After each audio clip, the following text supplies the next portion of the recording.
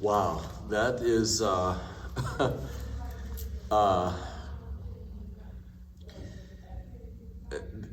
that one is multifaceted. I was serving as a deacon at a church. It was a rather large church at the time. They had 12,000 members, and I was chairman of the deacon board. And I remember, quite frankly, somewhat in my precociousness, I thought the Lord was calling me, and I asked the Lord. I said, I really want to be chairman of this deacon board. And I said, just let me get through this and finish my assignment, and I'll do what you want me to do. And so, as things really progressed, I became chairman. I had peace for the next 2 years because that was my term. Well, it was 1 year term, but then at the end of that second term, I was 6 years on the deacon board. You had to roll off after 6 years. And so I was gonna have to roll off anyway. And it was almost like clockwork. Towards the end of my second term, towards the end of my deacon ministry, all of a sudden, the Lord, it was just a constant. Remember, I need you. It was just a constant calling. During that process as well, as I mentioned earlier, my dad was a minister. I was home for a family reunion, and everybody else was out of the house. Me and my dad was home, and we were in the kitchen. And out of the blue, he asked me. He had never asked me this question before. Out of the blue, he asked me, "Is the Lord not worrying you yet?" And I immediately knew what he meant, but I laughed, but it was more of a nervous laughter. And he said, "Do you think it's funny?" I said, "No, I don't think it's funny. This is what's going on." And it was right in that moment where all of this was the Lord was, quote unquote, worrying me. And then fast forward, as I was rolling off the deacon board, it was accepting the call, and part of me is more of a planner. And Shalita can attest to this. I like to lay out the plan. I like to look at stuff. I typically don't go into a whole lot of things haphazardly. And so I'm planning, trying to figure, okay, Lord, are you wanting me to quit my job? Is this going to be a full-time thing? What is it that you want me to do? And as I was leaving the deacon board, I was getting them some books. It was more like a thank you going away present, leaving it for them. And one of the books I was just flipping through some books at Lifeway, and one of the books I flipped across had at the top of its heading, it said, "Understanding always comes after obedience." And it just struck me that, okay, while I'm trying to figure out exactly the plan, God was telling me, I just need you to start walking, and I'll reveal the plan as you go. Now, all of this is coming on the backdrop of me telling a bishop when I was in in college. I came home one weekend the Bishop Ming was at my dad's, at our house, and Bishop Ming asked me why wasn't I in seminary, and I told him preachers didn't get paid enough, and we had, we had a little back and forth, but I'm really saying that only to say that being a pastor, being a preacher was not on my to-do list. I thought if anybody in the family, it was going to be my brother. I did not think it was going to be me, and so that's in general how I got to where I am. Ironically, my dad and I both were called into the ministry around the same age. He was 39, 40 when he came into the ministry, and I was about the same age. On Friday, March the 9th, 2013, Bishop Vashti Murphy McKenzie came to Clear Lake AME Church and appointed Reverend Derek A. Cyprian as the fourth pastor of the church. The congregation was a little puzzled and surprised because everyone thought that Reverend Kevin Hodge had been reappointed to the church. You're about to hear some of the church members comment about the appointment and also hear Reverend Cyprian give his opinion of coming to Clear Lake. The first time I heard about Reverend Hodge leaving, I was at Founders Day. And the unusual thing about Founders Day, they never make a move during that time. So Reverend Hodge was announced as being moved, and I said, I just couldn't believe it. I was shocked driving back home from San Antonio. When I heard that Reverend Hodge was leaving, I felt extreme disappointment. I know that I, I thought they were abusing us as a church. I felt that why, do something like this at this time. I didn't understand it.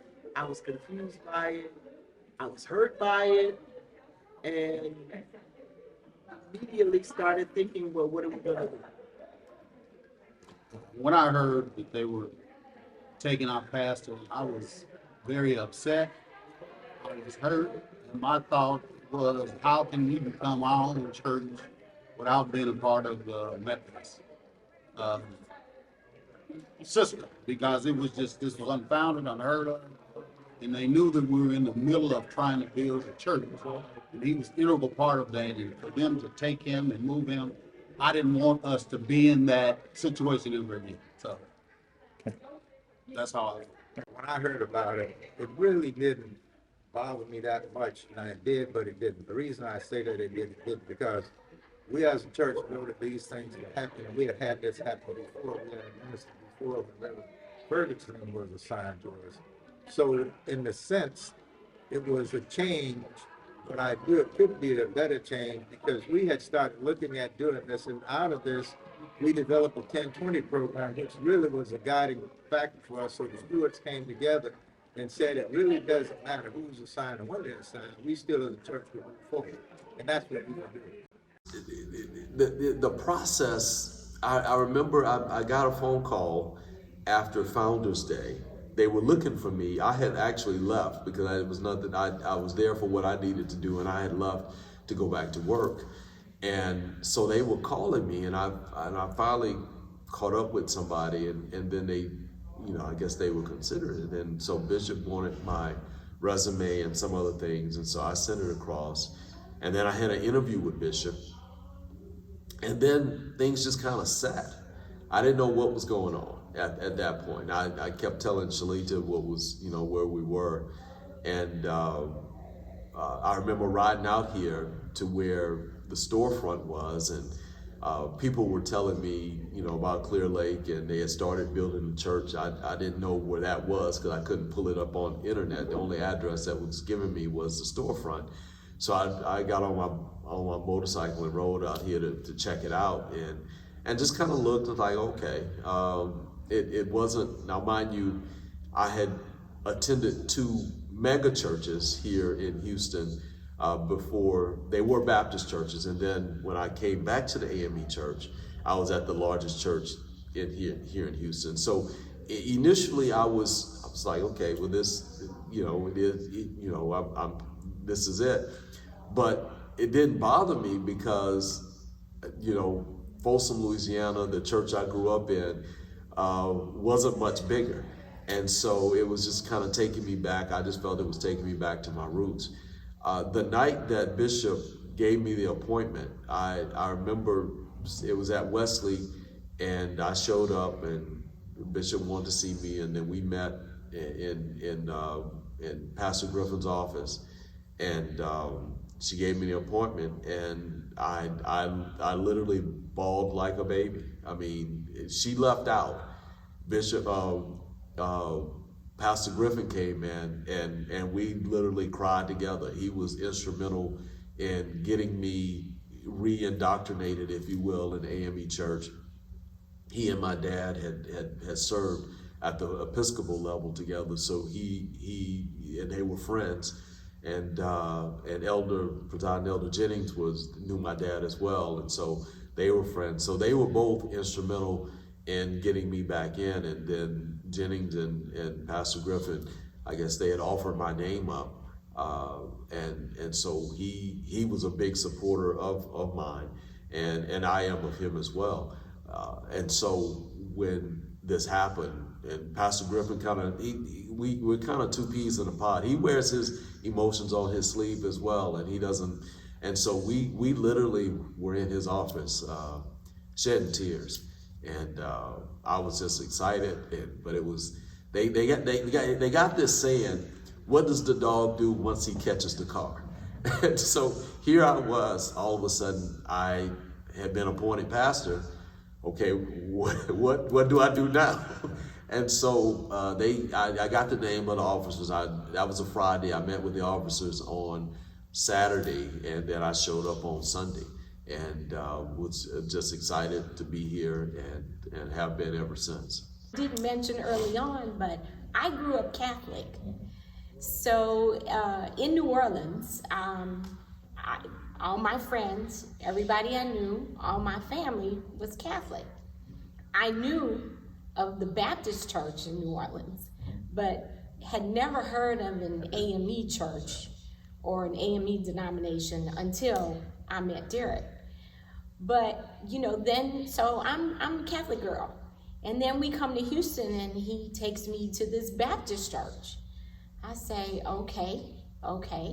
So it was an adjustment, but it was good. And then, he expresses this desire that, I think I'm going to be re-indoctrinated, as he said, back into the AME church. So, here we are going to Wesley. And then the next thing I know, with, the pastor appointment. So I'm like, wait, hold on. This is all rolling too fast for me. It's just really rolling too fast. I sort of felt like I was just kind of getting my footing, over at Wesley. I was just starting to become comfortable. And what's funny now, I guess that, I laugh about it. And I said, so when are you going to start this pastor thing? As he said, Bishop was down on Friday. When are you going to start this pastor thing? Oh, it starts Sunday. This Sunday? So it was kind of like, wow. We were just done with Wesley, and here we were, at Clear Lake. So it was surprising, and it was another adjustment. But I tell you that through it all, and until this day, I hold on to not fully understanding, lean not to your own understanding, but I fully hold on to being obedient. And that is the one thing that got me through the changes and the adjustments. It's just being obedient to what God was doing in our lives, and being obedient to what God was calling him to do. And it wasn't his life or my life, it was our life together.